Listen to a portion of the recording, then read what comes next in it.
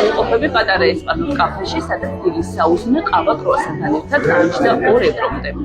თუ უფრო ნოყიერ საუზმეს და საფუძვლიან განაყრებას გეგმავთ, ამ შემთხვევაში სენდვიჩის ფასი მერყეობს 2-დან 5 ევრომდე. მოდით ახლა გავიხსენოთ საქართველოში კაფე, სადაც 5-7 ლარად განაყრება შევცვლით.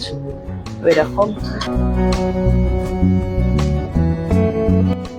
ძალიან რთულია ამ ქალაქში სეირნობა მოგვეზრდეს, მაგრამ აშკარად ვგრძნობ, რომ უკვე დღეებს ვითვლი. საქართველოში გაფრენამდე 2 დღე რჩება. ბარსელონა არის ერთ-ერთი ყველაზე ძლიერი ქალაქი ევროპაში.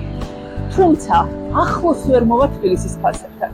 მე თქვენთან ერთად შემოვიდი აქაურ სუპერმარკეტებს, შევალ სავაჭრო ცენტრებში და გაჩვენებთ ფასებს.